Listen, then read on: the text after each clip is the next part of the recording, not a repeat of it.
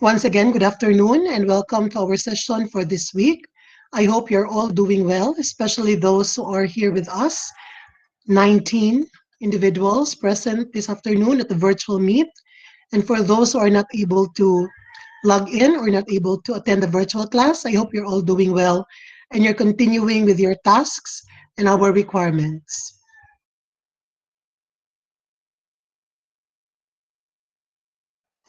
Now, there are those who are still not yet able to submit the requirements, the curriculum mapping.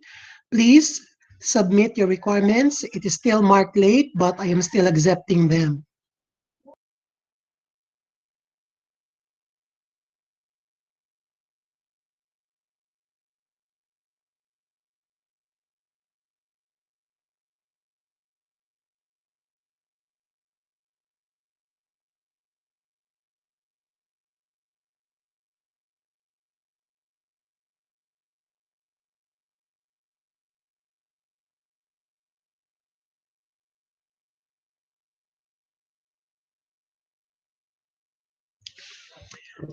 And just a reminder, I think we have already agreed that the YouTube links serve as the recording of our sessions, and you are to give a comment as part of participation points. Now, there are those who have not yet given comments from the midterm period. I'm so sorry to say this. I do not count anymore your comments as of this week as part of the midterm points. So please be able to do so in the after midterm period class recordings. I think it was already agreed and announced during our sessions in the beginning of the cluster and the semester that you're going to leave your comments because they will be counted as participation points.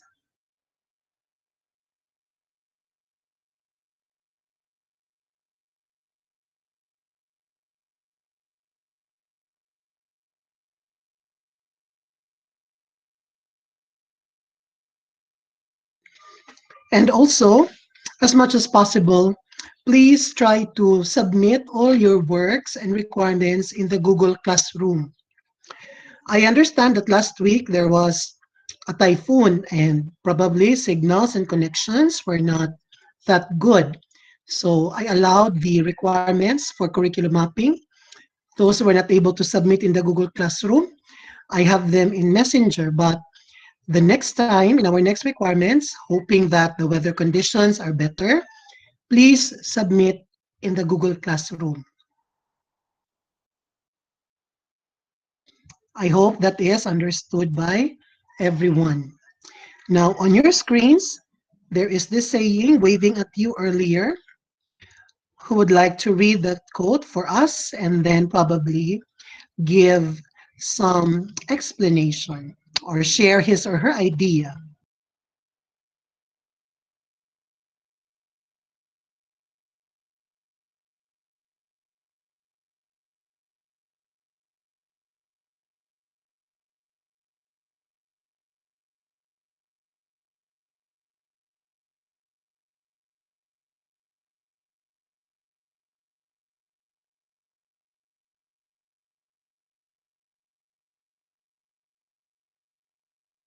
Anyone who would like to read the quote for us and probably share? Yes, Miss Gundaya. Answer.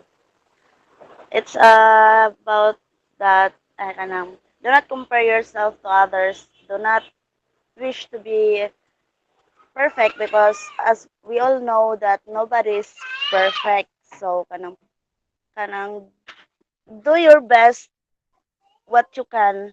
Do not compare yourself to others because you have your own way, you have your own uniqueness. Nobody is perfect. We are not the same. Marata sir. Yes, thank you so much. Miss, yes, Miss Losdo, can you read first the quote and then give your explanation? Okay, sir. Strive for continuous improvement instead of perfection by Kim Collins.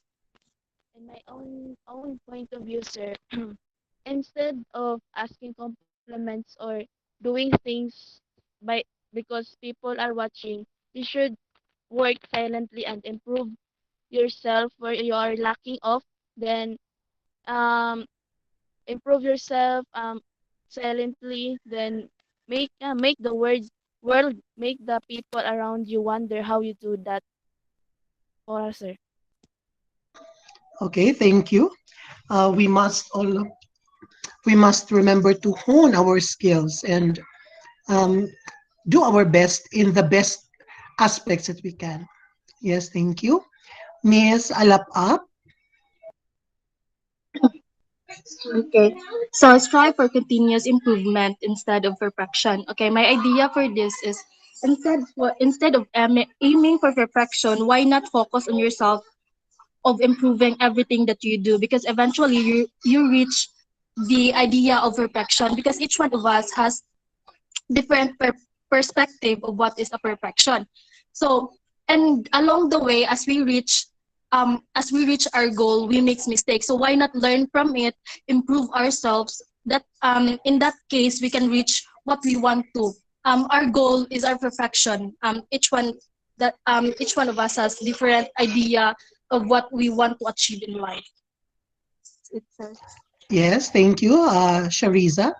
We might have different ideas on what perfection is, but we can always improve on ourselves. And improving oneself is better than being perfect. And in the end, nobody is perfect.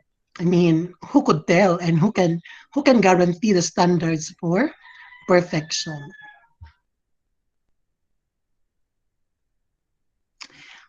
Okay, anybody else?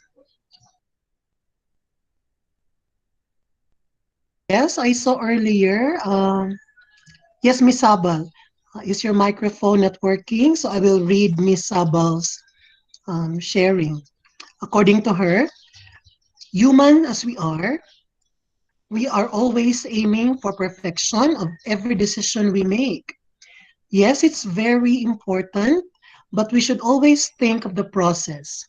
We can't easily get that perfect result.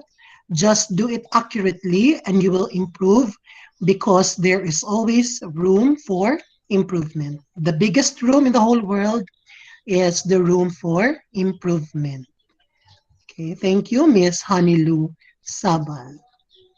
Mr. Ramirez, were you raising your hand earlier? Would you like to share also? Yes, sir. So, strive for continuous improvement instead of perfection. So basically, it tells us to just focus on improving our uh, our skills little by little. We should not always strive for the so-called perfection, which is sometimes a stereotype for most societies, wherein everything should be spotless and like that. Because by the end of the day, you cannot have total perfection. Instead, you can only do is practice and hone your skills more little by little. It's not gradual. It doesn't happen overnight. Yes, thank you. Nothing is ever automatic. Hard work and perseverance will lead us to success, and perfection will follow eventually, but more on continuous self improvement, which is at the outset on a positive note better than trying to be perfect or trying to be the best of the best.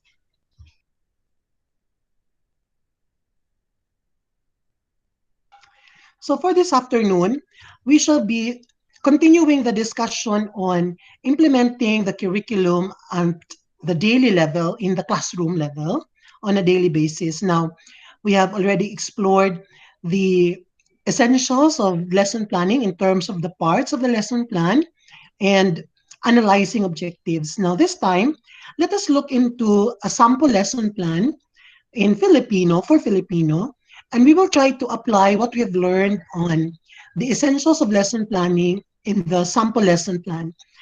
I already put in the Google Classroom under the materials the sample lesson plan in Filipino. I'd like you to access that one. You can open the Google Classroom and read through the sample lesson plan. Although I will be sharing it also on the screen, but it will be better if you can also browse it on your own, since it will be limited in view the Google Meet screen sharing.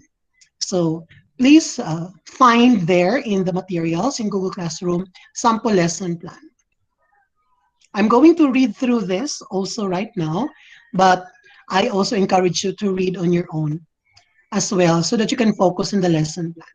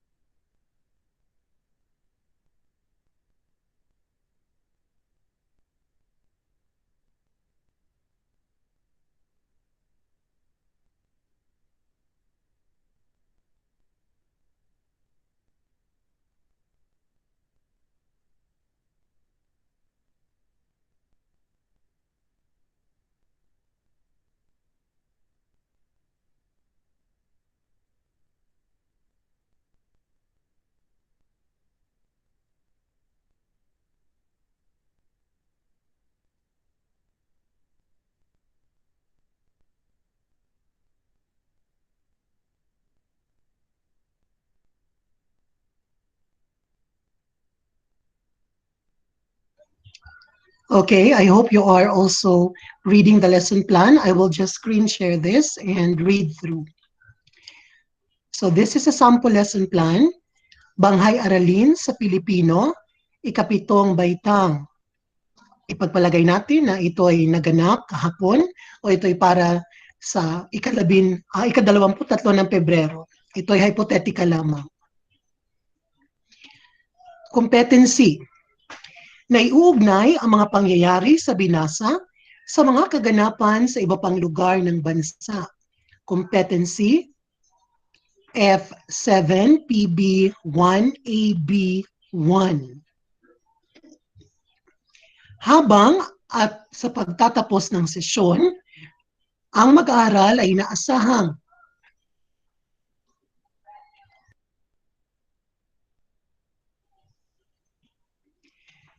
nakapagbibigay ng wastong halimbawa sa mga kaganapang mayroong pagkakahalintulad sa isa't isa.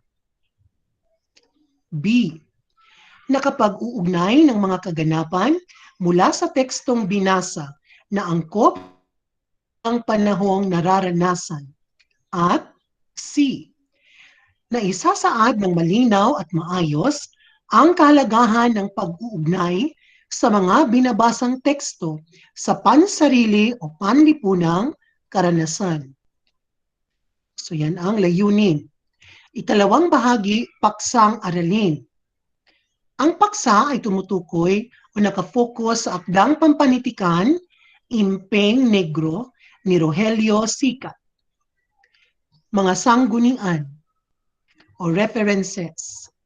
Mateo G. et al., Yaman ng Lahi, ang Batayang Akyat sa Filipino.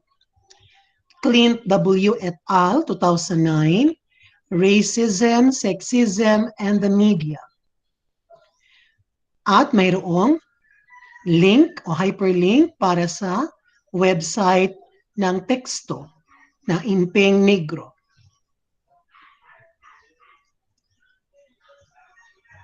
Kagamitan, mga balita, news clippings, sagutang papel na hinihanda ng guro, worksheets, at mga video clips mula sa dalawang link na ito. Natutugunan ang estilo ng pagkatuto at multiple intelligences, verbal linguistic at logical, mathematical. Pagpapahalagang nakapaloob, ang pagkilala sa kalagahan ng tao at sa dignidad ng bawat isa tungo sa isang lipunang pantay at walang diskriminasyon. Integrasyon sa ibang asignatura.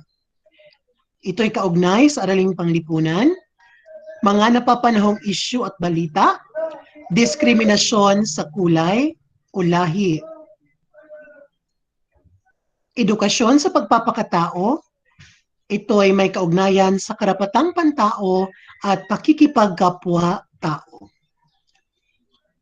Ang ikatlong bahagi, mga gawain sa pagkatuto o pamamaraan ng pagtuturo. Mga panimulang gawain, ang mga kasama o kasamahan ng panimulang gawain, panalangin, pagsasaayos ng silid, pag-check ng attendance, pangungulekta ng mga takdang aralin o pagtatakda ng kasunduan o ng mga alituntunin para sa klase, pagbabalik tanaw sa nagdaang aralin, at pagbasa ng layunin. Pagkatapos ng mga preliminary activities o routine activities, bahagi nito ang motibasyon o pangganya. So matutunghayan ng mga mag-aaral ang isang video clip mula sa Kadenang Ginto. So may video clip mula sa Kadenang Ginto at magkakaroon ng dagling talakayan buhat sa napanood na video clip. Mga pamprosesong tanong pagkatapos panoorin ng video clip. Mula sa napanood, ano ang naidudulot ng hidwaan o di pagkakaunawaan sa relasyon ng bawat isa? Pangalawa, anong mga isyu sa lipunan ngayon ang may kaugnayan sa napanood na video? At ikatlo, may narinig, nabasa o nalalaman ka ba tungkol sa usapin ng bullying, diskriminasyon at racism sa kasalukuyan? Pagkaraan ng pangganya ay ang mga yugto ng pagkatuto. Ang mga gawain ay binigyan ng pamagat para madaling matukoy. So may mga gawain sa loob ng klase, mas maganda kung lagyan ito ng pamagat o title o kaya'y heading. So ang unang gawain o unang magaganap sa yugto ng pagkatuto, buhay makulay. Ano ba itong buhay makulay? Papangkatin ang mga mag-aaral sa 4. Bawat pangkat ay magtatalaga ng tagapamahala at tagapagbantay oras. Bibigyan ng bawat grupo ng isang set ng mga artikulo at mga hinalaw na news clippings sa iba't ibang nasyonal at internasyonal na issue ng diskriminasyon. Isasagawa nila ang sumusunod. Una, iha-highlight ang mga headline ng mga balita ayon sa mga panandang kulay. Pula kung ito'y balitang nasyonal tungkol sa racial discrimination. Berde naman kung international na balita tungkol sa racial discrimination. Kulay dilaw para sa balitang nasyonal tungkol sa bullying. At bughaw sa balitang internasyonal tungkol sa bullying. Pagkatapos ng pag-highlight, gagawa ang bawat pangkat ng kanilang Filipinong version ng slogan na Black Lives Matter na kanilang isusulat at didisenyuhan sa kanilang kalahating kartulina, habang ang ikalawang hati ng kartulina ay ididikit ang mga nang makatabi ang mga pinagtambal na balita. Ilalahad sa klase ang nabuong slogan at ang mga pinagtambal na balita sa loob ng 3 minuto lamang. Pagkaraang makapaglahad ng bawat pangkat, magpapalitan ng ideya ang mga mag-aaral gamit ang gabay na katanungan, ang mga pamprosesong tanong. Batay sa paghahambing ng mga artikulo at news clippings, paano nagkakahawig ang mga pambansa at lokal na balita? Mayroon bang pagkakahalintulad o pagkakaiba ang mga kaganapan sa ating bansa sa mga isyong nabanggit? Pamantayan sa gawain yung slogan at paglalahad. Kaangkupan ng slogan, 10 puntos. Kawastuhan ng pagtatambal balita, 10 puntos. Kalinawan at kaayusan ng paglalahad, 10 puntos. Sa kabuuan, mayroong 30 puntos na makakamtan. Ang ikalawang gawain, pinamagatang kilalanin si Impen. Bibigyang pagkakataon ng mga mag-aaral na balikan ang mga mahahalagang tagpo sa kwentong Impeng Negro ni Rogelio Sica. Inaasahang tapos na itong basahin ng masinsinan bilang isang takdang kasunduan. So kapag mayroon tayong mga gawaing pagbabasang pampanitikan, mas mainam kung ito'y maitalaga o ma-assign before or ahead of time. Maglaan o maglalaan ng 5 minutong skimming sa akda. Pagkatapos nito ay pupunan ng bawat pangkat ang plot diagram para sa kwento gamit ang kalahating Manila paper. Pipili lamang ng 2 pangkat para ilahad ang kanilang plot diagram. So ang plot diagram, okay. So ang story diagram template, ito ang kanilang pupunan.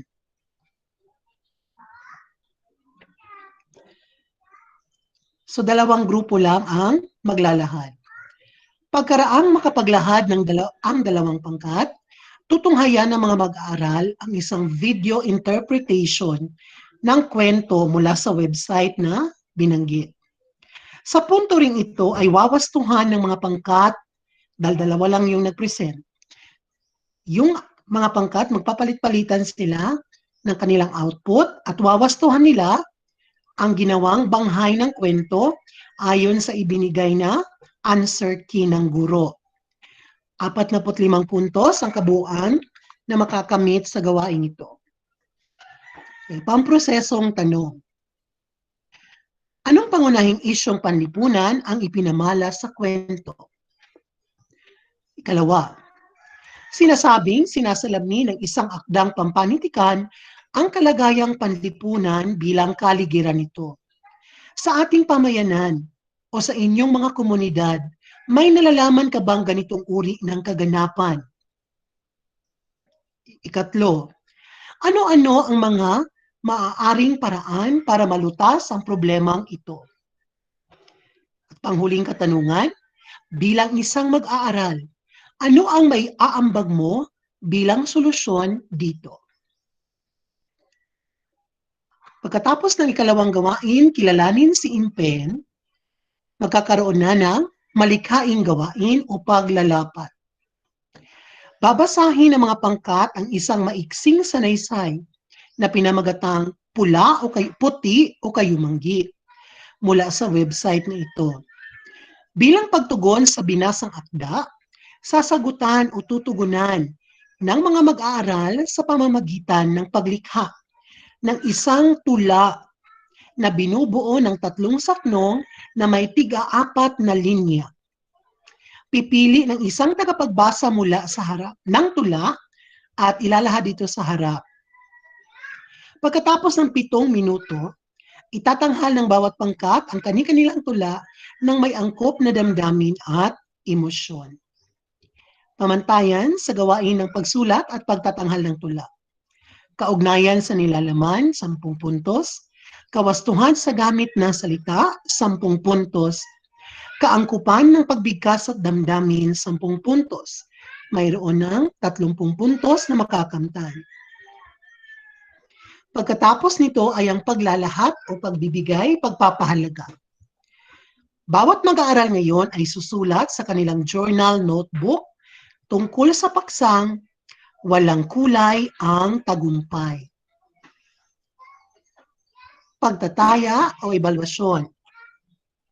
Ang ikaapat na bahagi ay gamit ang newspaper article mula sa isang Inquirer article. Susuriin ng mga mag-aaral ang nilalaman nito at sasagutan sa isang buong papel ang mga tanong na ibinigay. Una, paano tumutugon ang nabasang artikulo sa usapin ng diskriminasyon? Pangalawa, ano ang mga maimumungkahi mo para mas maging mabisa ang pagpapatupad nito? Ikatlo, paano nakakatulong ang pagkakataon ang pagkakaroon ng pag-uugnay sa mga binasa at sa kalagayang panlipunan. Ang bawat pagpapaliwanag ay mamarkahan ayon sa kaayusan, 3 puntos, wastong gramatika, 3 puntos, at pangangatwiran, 3 puntos. So sa kabuuan, magkakamit ng 27 puntos para sa ebalwasyon. At ang panghuling bahagi ng banghay ay ang takdang aralin. Sa takdang aralin, ipaliwanag ang mensahe ng tulang nasa ibaba. Isulat ang pagpapaliwanag sa journal notebook. So gumamit ang guro ng isang banyagang teksto na pinamagatang, "And you calling me colored. When I born, I black. When I grow up, I black. When I go in sun, I black. When I scared, I black. And when I sick, I black. And when I die, I still black. And you white people, when you born, you pink. When you grow up, you white. When you go in sun, you red. When you cold, you blue. When you scared, you yellow. When you sick, you green. When you die, you gray. And you calling me colored?" At dyan natatapos ang banghay aralin para sa Filipino.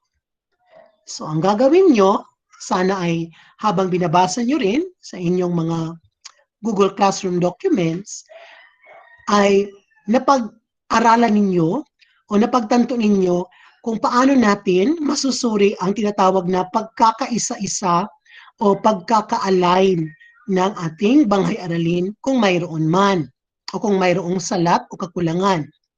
So tingnan ang competency, sapagat ang competency ang ating tulay para sa standards ng curriculum guide.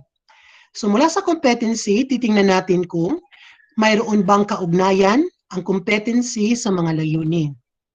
Pagkatapos nating tingnan ang competency at layunin, titingnan natin ngayon ang bahagi ng banghay gamit ang layunin. Mayroon bang kaugnayan mula sa layunin at sa paksa at sa mga gawain? Mayroon bang kaugnayan ang layunin sa pagtataya at sa takdang aralin? Titingnan din natin kung nasunod ang mga pagpapahalagang nakapaloob at ang mga multiple intelligences na isinaan. Bibigyan ko kayo ng siguro mga 3 minuto para mapagtanto-tanto mula sa banghay na inyong binasa.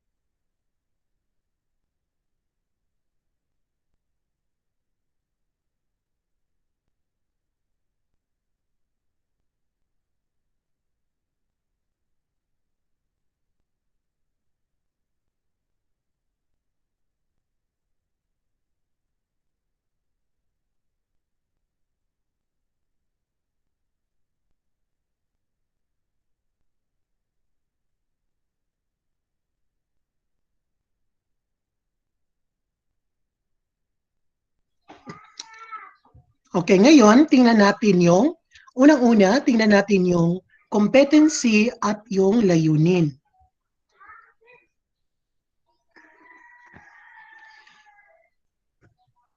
So, ang competency natin na iuugnay ang mga pangyayaring sa binasa sa mga kaganapan sa iba pang lugar ng bansa. Ano ang napapansin ninyo? Ano ang mapupuna ninyo sa competency, sa mga layunin at sa competency? Ano ang inyong masasabi o ano ang inyong analysis? Ika nga, sa kaugnayan ng competency at ng layunin sa competency. Kasi dapat yung mga layunin natin uuwi, pabalik o mayroong koneksyon sa competency. So anong masasabi ninyo? Okay. Meron tayong raise your hand button kung sino yung gustong magbigay ng kanilang komento o kaya ipagpupuna.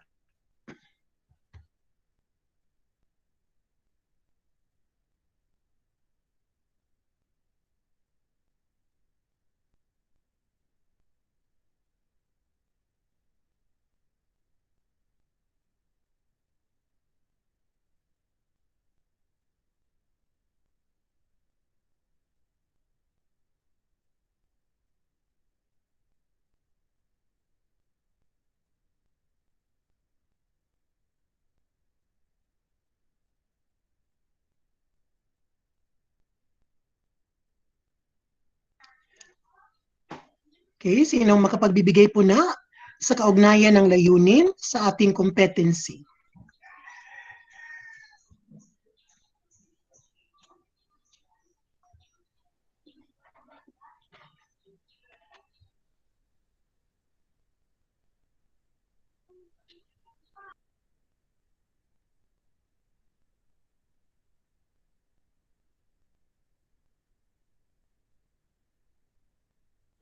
Yung mga layunin ba natin ay alinsunod sa SMART?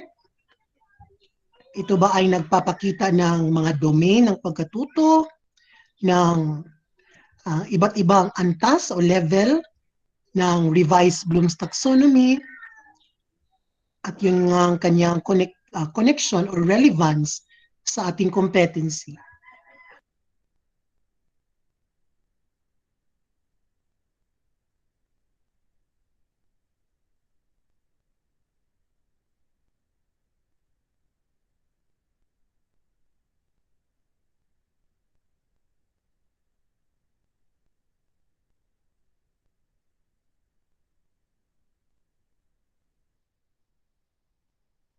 Wala ba kayong napupuna o napansin sa layunin at competency?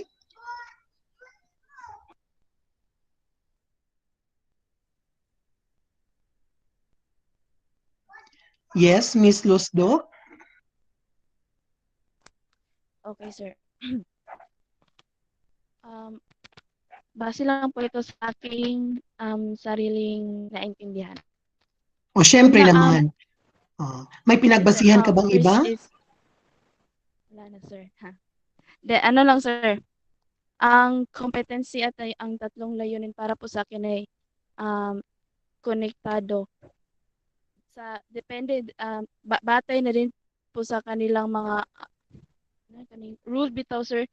Ang layunin A ay tungkol sa cognitive na aspeto ng mag-aaral.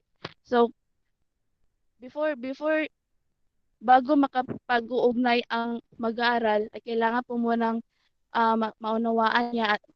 maunawaan niya ang tungkol sa mga sa mga pangyayari sa binasa ng mga kaganapan, at pagkatapos niya ay makapagbibigay siya ng halimbawa hanggang sa makapag-uugnay ng mga kaganapan na nasa layunin B, ang affective domain ng layunin, at saka sa letrang C na isasaad ng malinaw yung mga pangyayari o mga kaganapan tungkol sa nabasa, sir. Ito po yung like mo. Yun lamang po, sir. Okay, maraming salamat, Ana Priza. May punto ang iyong mga sinabi, tama. may kaugnayan ang layunin sa competency. May dadagdag siguro si Mel, Ginoong Guno.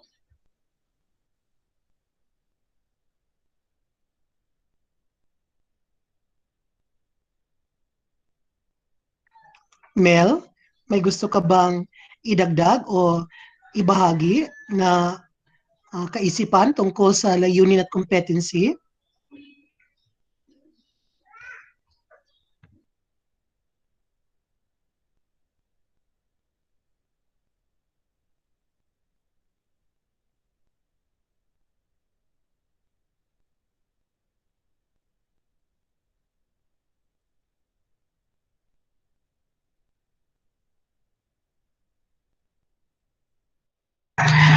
Siguro paiba-iba ang signal ni Mel. Mr. Ramirez, would you like to give your opinion or comments on the objective and the competency? Sige sir, I'll try. Dito nakikita natin na ang mga objectives at layunin ay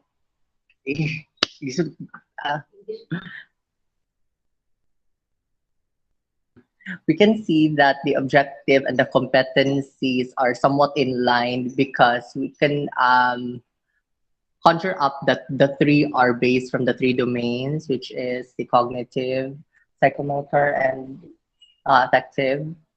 And of course, it is take based itong cancer, I mean yung smart. Yun lang po. The SMART characteristics, yes, thank you. Well, tama naman yung pagkakasabi ninyo. Mayroong kaugnayan yung mga layunin sa competency. At gusto ko lang ibalik, I just like to remind everyone that the competency, I mean the objectives, they are not really arranged into the first one is the cognitive, the second is affective, the third one is the psychomotor. As emphasized, all objectives contain the three domains. They represent the three domains in one way or one aspect. It's just that there is a dominant or more overarching domain. Lahat naman yan na mga layunin nagpapakita ng cognitive aspect. Psychomotor din ang mga yan at syempre affective at the same time. Medyo mayroon lang pumapangibabaw na ito is more likely cognitive. Although may affective din siya at psychomotor component. So because we have said that the objectives and the competency is aligned. So may alignment na si objective at si competency. Now, kasi aligned na, so check na, uuwi lahat yan sa competency, yung objective, yung layunin.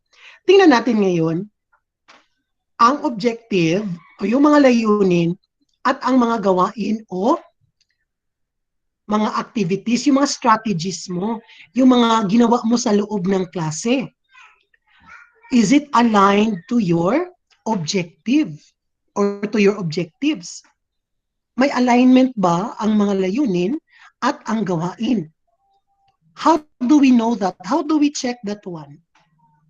How do we know if there is alignment or connection also of the objectives and the activities? Paano kaya natin titingnan yung alignment dyan?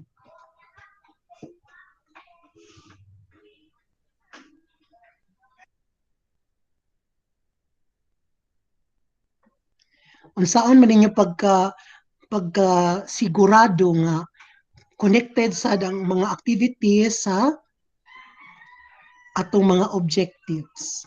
How do we know that? How are we going to check for the alignment?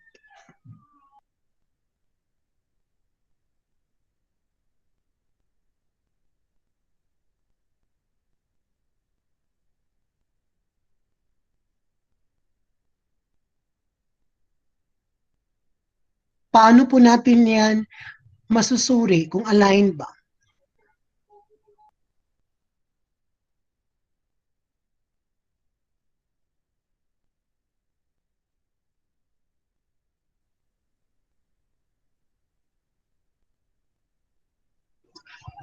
So for us to check,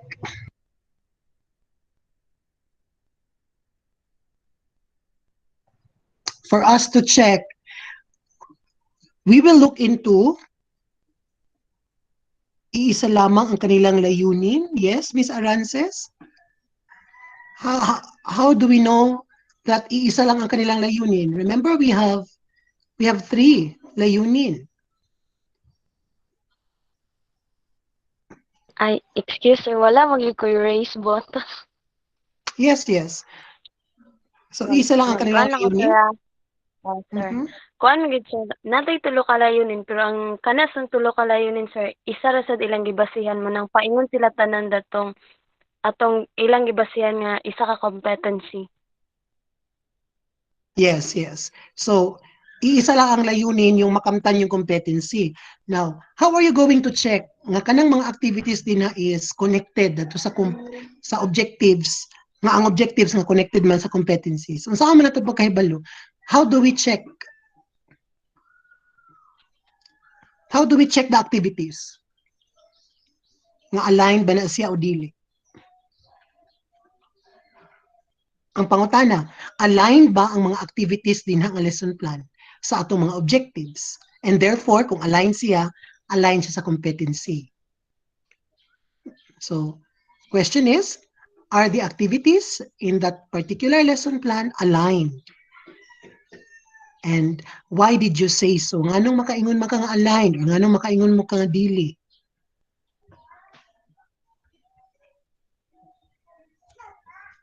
Nga naman si Buhay Makulay, kilalanin si Impen, malikaing gawain, paglalapat, pagpapahalaga. Yes sir, align sila tanan sir. Okay, ngano nakaingon makang align sila tanan? Sir kay ang atong basihan to imong activities nga gikuan sir, pareha man sila tanan sir nga gahisgot og discrimination og racism. So dahil sila ay tumutukoy o tumatalakay sa racism at discrimination, ito ay aligned na. Connected sud silang kuan sir. Oh, sir, kato sud sila nga mga topic sir is connected. Connected sa asaman. Ang imong objective sir kay ang bawat pangyayari is murag magkaugnay-ugnay man or ang bawat kanang teksto or kaganapan sir. So sa imo sang activities sir, ang imo sang mga teksto nga ginagamit sir is konektado sud sila sir. Dahil gumagamit ng discrimination? Ganun ba? Yes sir. Discrimination and racism. So yun ang pinagbasihan mo kasi may nabasa ka doon about activity 1 may discrimination, activity 2 may discrimination, activity 3 ganito pa rin. So yun ang naging batayan mo para masabing align sila. Okay, sige. What about the others? Aligned ba ang mga activities sa ating mga objectives? Thank you, by the way, Miss Arances. Who else? Yes, Mel?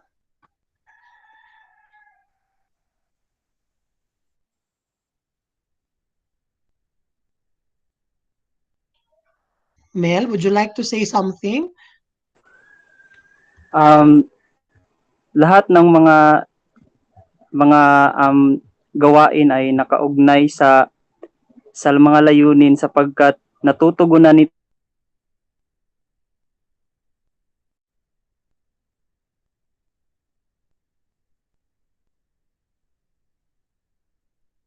halimbawa sa mga gawain may pinabasang mga artikulo at naiugnay ito sa mga nararanasan sa daigdig.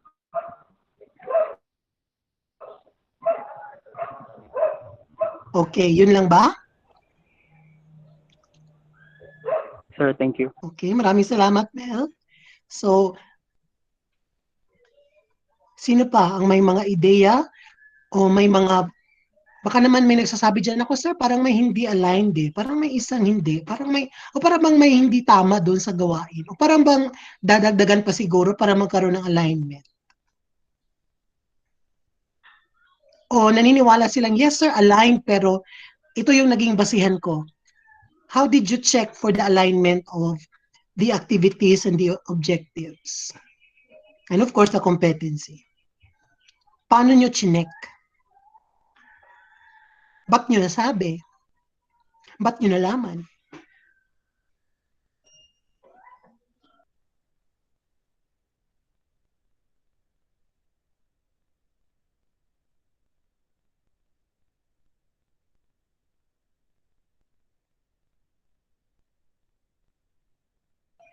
Yes, Miss Alonzo, Saira.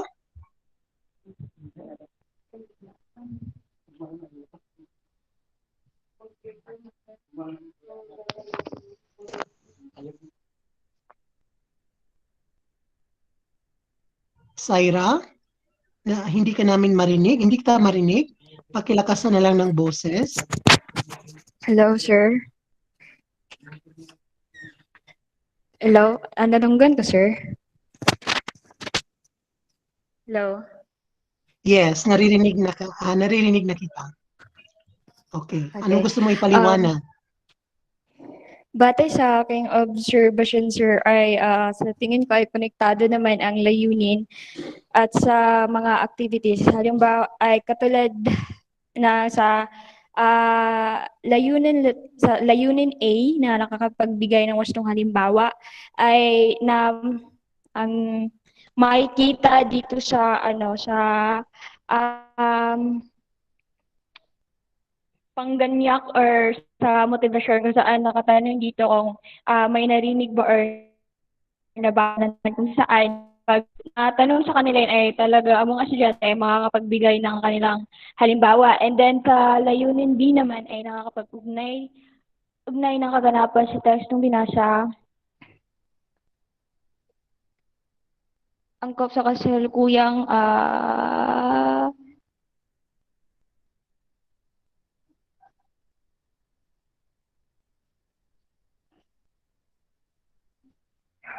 Yes, Saira. wait, sir. O sige, willing kaming maghintay. Hanggang alas 6 lang kami maghihintay. Sige, go.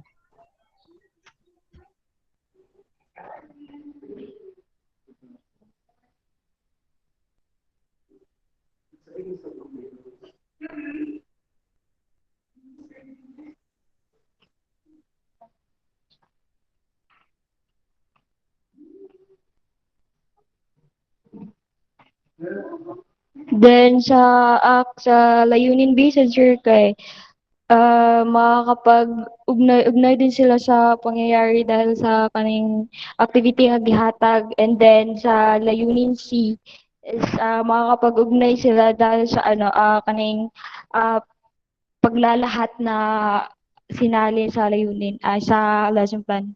I think Ayun. Sige, maraming salamat. Actually, tama yung ginawa mong pagproproseso. Medyo may ilan lang na hindi masyadong nasako, pero para matingnan natin na ang mga gawain at layunin ay may kaugnayan o connected o aligned, tingnan mo yung layunin. Pagkatapos, tingnan mo kung mayroon bang katumbas na gawain. Is there a corresponding activity or learning activity or learning experience doon sa loob ng klase na papunta sa layunin yon, or ang layunin yon ay mayroon siyang katumbas na activity. Halimbawa, kung titingnan mo yung unang layunin A, okay, sinabi mo, sa layunin A, okay, doon sa pangganyak pa lang, ang layunin A ay makikita na natin. Parang ito yung pinagbatayan na kapag bibigay ng wastong halimbawa sa mga kaganapang mayroong pagkakahalintulad sa isa't isa. Actually, si layunin A ay naganap sa pangganyak at sa unang gawain, yung buhay makulay. No? Pati na rin yung layunin B, naganap din yan sa unang gawain, buhay makulay, at pati na rin doon sa ikalawang gawain, kilalanin si Impen. At si layunin C, doon sa paglalapat, malikhaing gawain, at maging sa pagtataya at maging doon sa takdang aralin. So makikita natin na pag ma-check mo o pag-check nato sa mga activities o mga objectives, tanaw nato kung naabay mga connection ang activities sa mga objectives. At least na ay isa ka connection nila para makaingon ta nga aligned. Of course, kana kung ato nang na-secure nga aligned ang atong objective sa competencies. Aya din nato ma-check nga align sa ng activities kay naay activity nga naay kalambigitan sa objective. Okay, ganun po yun. So, ingon na ta nga, okay, check na. Check na si activities o si objective. Ngayon, tingnan natin. Si pagtataya, si assessment ngayon. Sinasabi natin si assessment, yan yung magte-test. Yan ang magiging sukatan. No, muna itong sukdanan mo ng taksanan na to. Kung na-achieve bagid na to ang layunin. Ang mga layunin, for that matter. So dito sa pagtataya, makikita ba natin ang mga layunin? Ito ba'y konektado? Ito ba'y maaaring maging measurement ng ating layunin para sa banghay na ito? O anong masasabi ninyo? Anong puna ninyo? Anong analysis ninyo?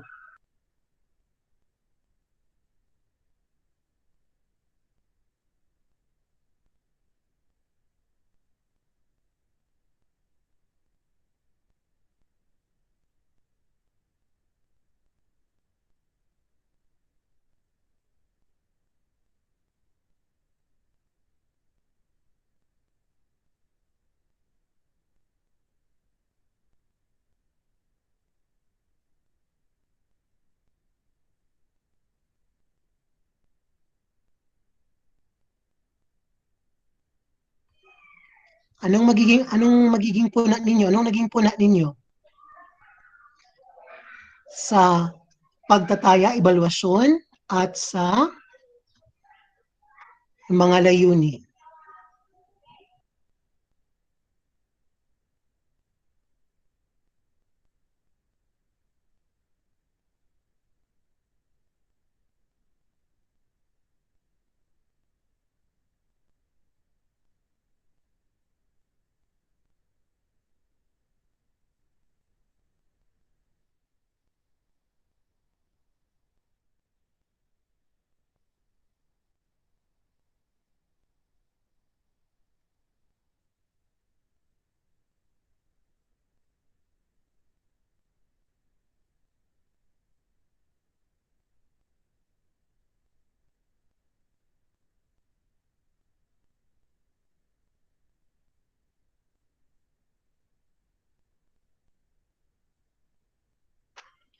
Anong napansin ninyo ngayon sa pagtataya at sa layunin o mga layunin?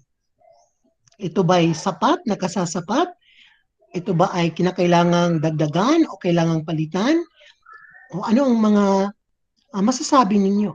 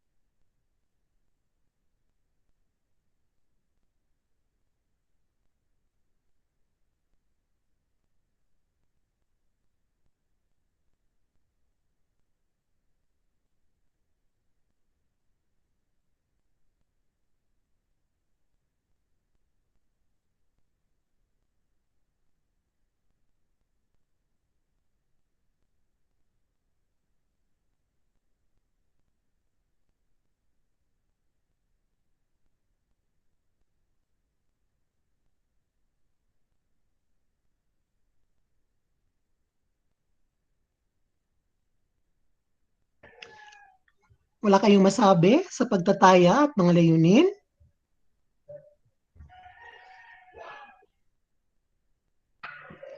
Bukod kay Miss Lusdok, may iba pa bang nakakapuna o baka pumikit yung mata ng iba dyan?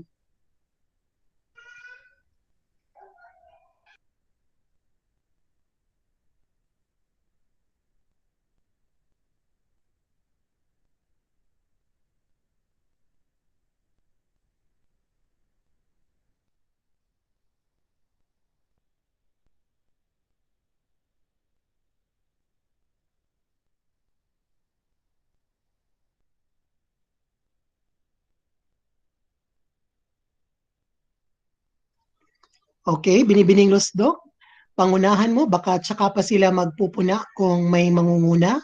Anong masasabi mo ngayon sa pagtataya at sa mga layunin?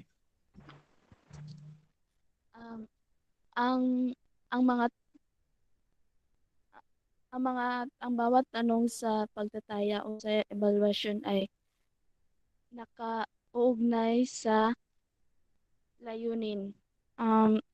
Una po ay ang unang tanong, no, sa panuto pa lang, sa panuto pa lang sir is ganing ga, gamit na og kanang newspaper isip ka ng guide sa mga estudyante upang makakita o makahanap ng mga halimbawa ng mga pangyayari tungkol sa nasabing paksa.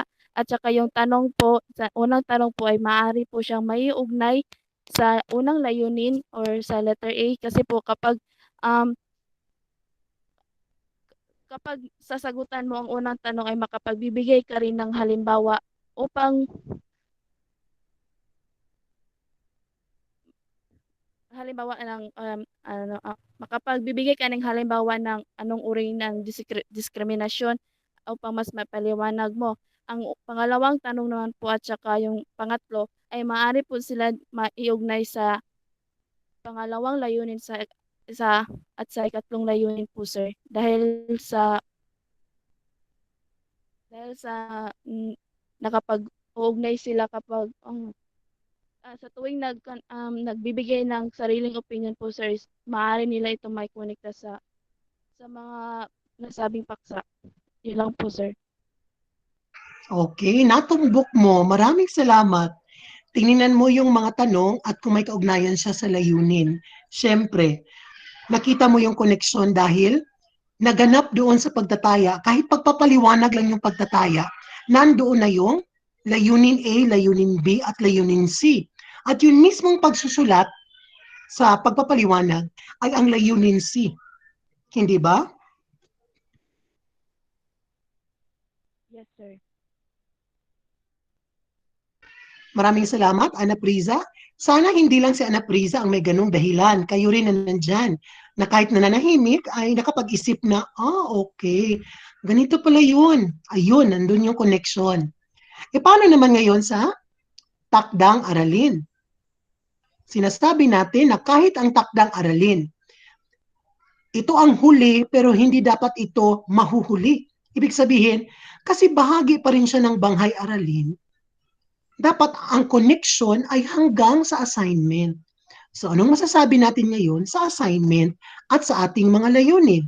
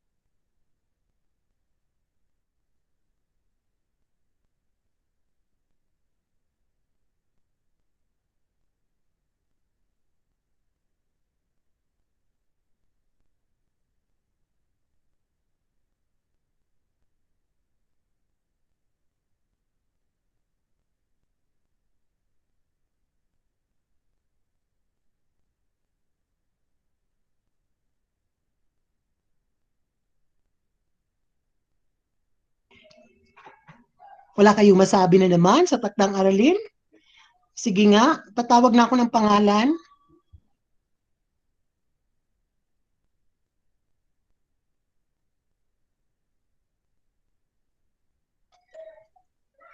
O, Binibining Butalid. Anong masasabi mo sa takdang aralin at sa layunin?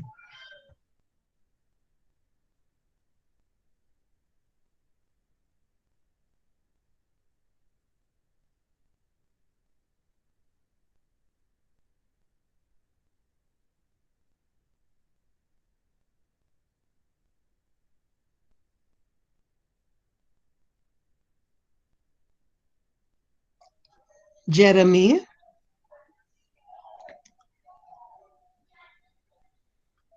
O, paano naman ikaw, Binibining Priscillas? Anong masasabi mo tungkol sa kaugnayan o sa ugnayan ng takdang aralin at ng layunin? Magkatugma pa rin ang layunin at ang takdang aralin, sir. Kay paano? Sa paanong paraan? Bakit mo nasabi yan? Dahil ang takdang aralin ay tumutukoy pa rin sa diskriminasyon sa kulay, sir. Alin sa mga layunin ang parang umaakma dyan sa takdang aralin?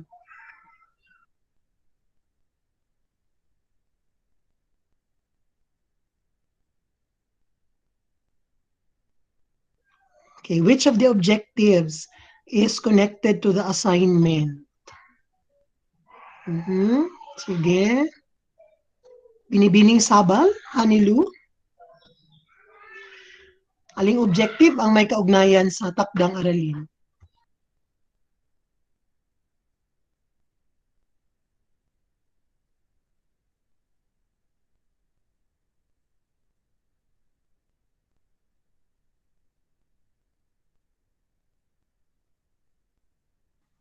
Sir, yung objective B po.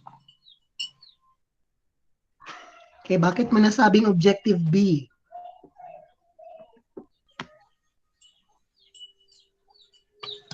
Dahil ang takdang aralin ay tumutukoy rin sa mga kasalukuyang karanasan ng tao na nagiging biktima ng diskriminasyon. At dahil yung takdang aralin ay isang teksto, hindi ba ito'y binasang akda? So yung objective B ay tumutukoy sa pag-uugnay sa karanasan o kalagayan mula sa binasa. Yes, Okay, sir. so masasabi ba natin ngayon bilang kabuuan na ang ating banghay aralin sa lahat ng bahagi nito ay mayroong alignment? Aligned ba siya sa kabuuan?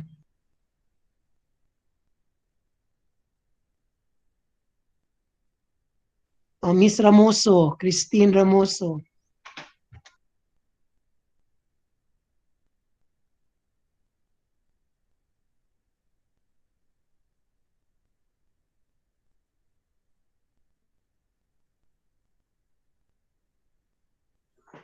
Miss Nunez, Sir, kung may gusto kang sabihin, ano yon? para sa akin, sir, sa kabuuan, sir, ito ay may alignment, sir, kasi po it has a consistency through evaluation activities sa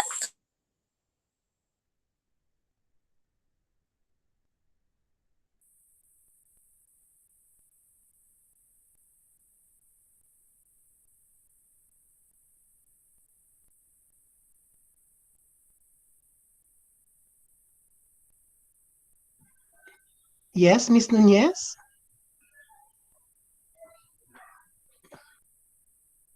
So mayroon siyang consistency all throughout. Sige, thank you. Now, ngayon, tingnan natin kung may consistency na sinasabi natin sa layunin at competency at mula sa layunin sa lahat ng bahagi, gawain, pagtataya at ang ating takdang aralin. Tingnan natin dito sa pangalawang bahagi. Ito hindi natin tiningnan kanina. Yung part 2 natin, syempre alam natin ito ay may kaugnayan sa paksa. At syempre yung sanggunian at yung kagamitan, connected niya siya. Kasi yung kagamitan ginamit dun sa mga gawain. Na eto ngayon dito sa part 2, may titingnan din tayong alignment dito. Yung sinasabi nating natutugon ang estilo ng pagkatuto at multiple intelligences. Yung sinasabi ba ditong verbal linguistic at logical mathematical, may natagpuan ba kayong alignment sa logical mathematical at verbal linguistic doon sa ating banghay-aralin, sa ating mga gawain? May alignment ba? Mula sa sinasabing natugunan daw yung MI na verbal linguistic at logical mathematical?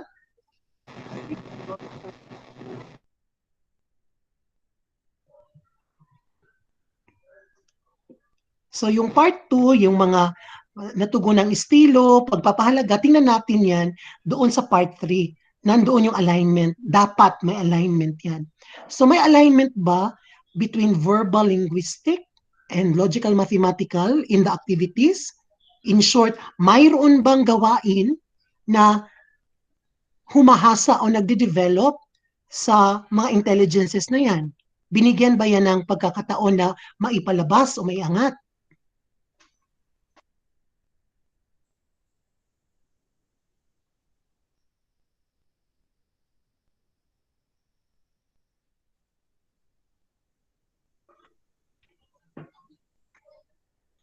Kumukonti na lang tayo. Masama ba yung panahon sa ibang mga lugar? Sana sila ay nasa mabuting kalagayan at nag-iingat.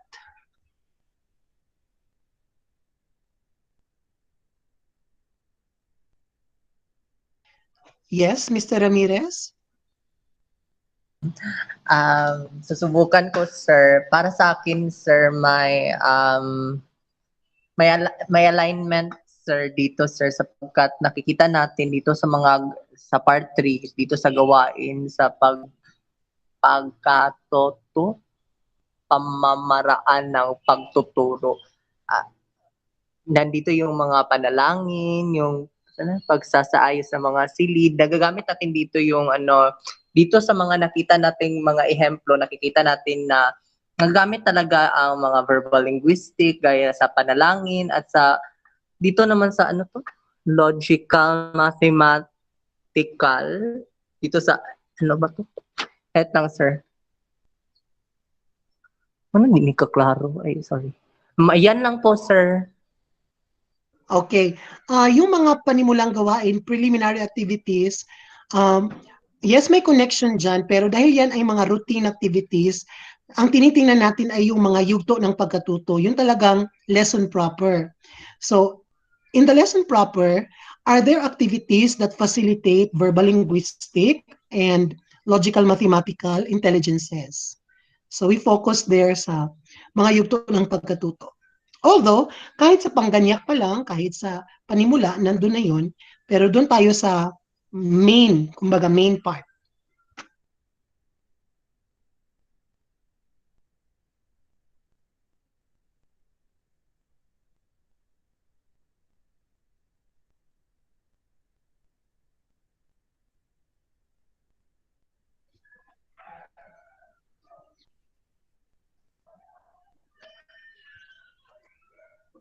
Okay, si Binibining Lusdok na naman.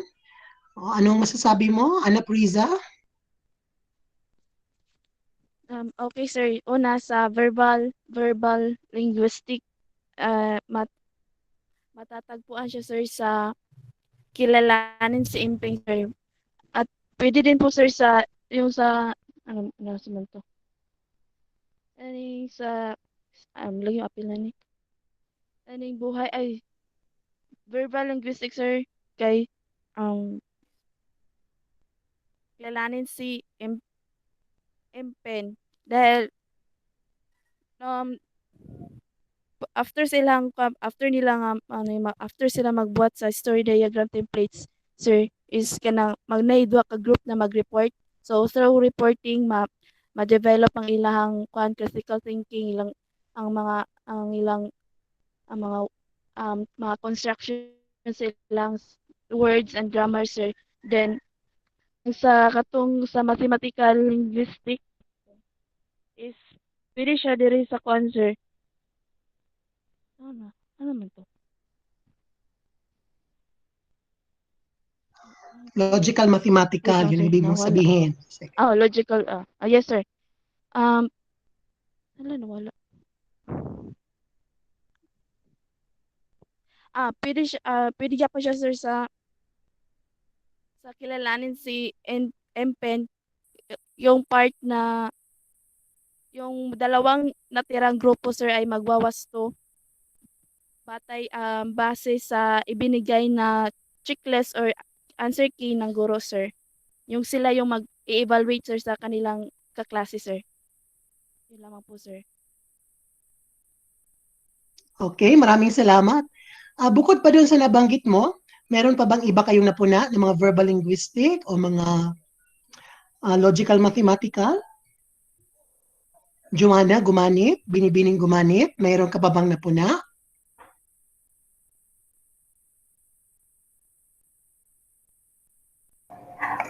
As, as, Natatawa ka ba? Binibining gumanit? Wala, sir. Wala lang akong maisip. Para sa akin, sir, merong connection ano ba to? Ang unang activity, ang buhay makulay sa verbal linguistic dahil ang mga mag-aaral ay i-highlight nila yung mga headline ng mga balita ayon sa mga panandang kulay. So, yung mga bata ay magkakaroon ng kaalaman or tutukuyin nila kung saan doon or anong mga salita or anong bahagi ng headline ang magkakakonekta sa kung ano yung hinahanap na issue sa iba't ibang balita, sir. Okay, tama. Maaari mo ba rin i-consider yung unang gawain, Joanna, bilang logical mathematical? Maari din, sir, dahil meron namang mga pamprosesong tanong kung saan magkakaroon ng sariling pagresolba o yung pagkakaroon nila ng sariling solving problem bitaw, sir, o yung paghanap nila ng solusyon sa isang problema, sa issue ng diskriminasyon. Ayun, tama.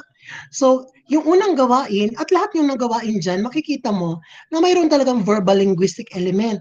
Yung pagbuo ng slogan, yung pag-match ng mga headlines, yung pagbuo ng tula, verbal linguistic. At the same time, logical mathematical yung pag-uugnay sa karanasan. Yung paghahalaw sa mga kaganapan. So masasabi natin mayroon niya siyang alignment dito sa estilo ng pagkatuto. Paano naman itong pagpapahalagang nakapaloob, itong values integration? Kailan ba ito marirealize o may gawain bang mapagtatanto ng mga estudyante na ay dapat ko talagang bigyang pagpapahalaga ang bawat isa, anumang kulay, anumang lahi, di ba? Dapat pantay ang pagtingin at walang diskriminasyon. Kasi ito yung mensahe ng values integration, pagpapahalagang nakapaloob. Saan bahagi ng mga gawain o aling bahagi ng lesson? Saan ito mas naipapalabas o mas makikita natin?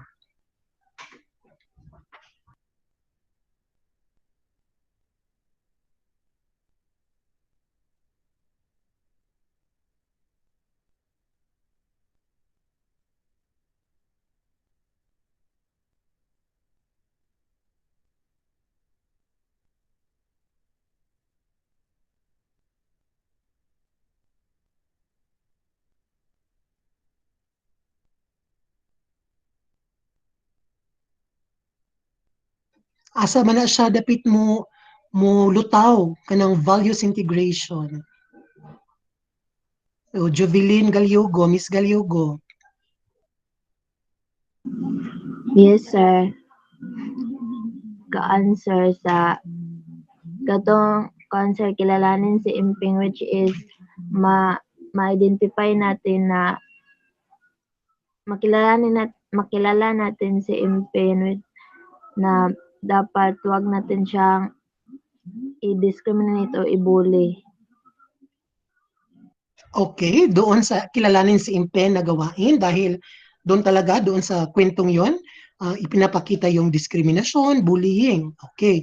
Bukod dyan, bukod sa gawain yan, may iba pang gawain? May iba pa bang gawain na lumilitaw yung pagpapahalagang nakapaloob?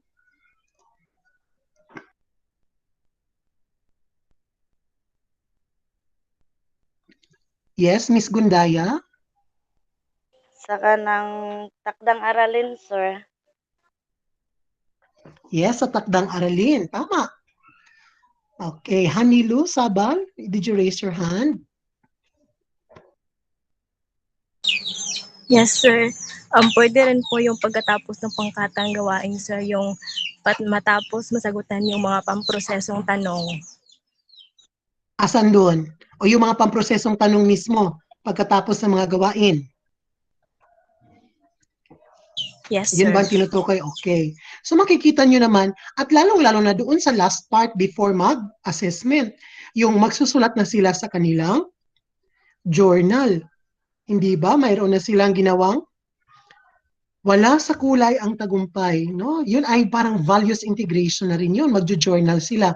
At kung makikita nyo sa loob ng klase mismo, doon sa mga questions, pamprosesong tanong, sa lahat ng antas o sa lahat ng portion, talagang ini-emphasize na babalik ulit doon sa topic, ang topic ay may values na mismo. So makikita natin na ang pagbuo ng isang banghay aralin ay hindi basta-basta. Pinag-aaralan natin ito. Naglisod mga intakaron, dugay kayo magpakatingog nga ato rang gi-identify, no? Human naman ni daan nga lesson plan. Ato rang gi-identify kung connected ba ni, kung dili ba ni connected, kung nilihis ba ni or asa ba ni padulo. So, sana napagtanto ninyo, I hope you realize that making a lesson plan is not easy. It's not easy evaluating a lesson plan.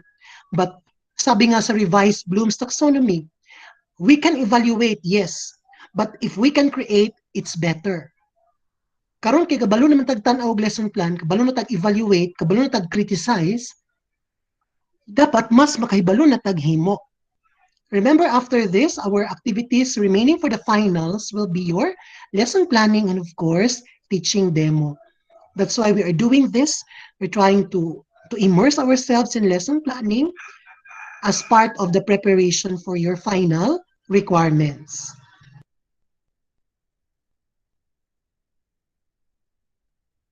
And just like our quote, we don't need to write the perfect lesson plan. We cannot be the perfect lesson plan writer, but we can always improve. From time to time, from your beginning teaching until the rest of your teaching life, it's always constant improvement. Tsada imong lesson plan karon, mas tsada pag ina ang next imong lesson plan. And the next and the next and the next, because you will continuously improve. I hope you realize that this will be a stepping stone to your achievements in writing your lesson plan and delivering lessons. Are there any questions or clarification or anything that you'd like to say as a concern regarding our class or our lesson? No, sir. Okay, so if you don't have any more questions, Thursday is a holiday, but I have to check again. I will just announce in the group chat if ever there will be some schedule changes. But rest assured, we will continue with the lessons remaining for the remainder of the final period. Any clarification so far? If not, then thank you so much for joining the session. For those who have not joined, please try to review our class recordings and the class materials in the Google Classroom.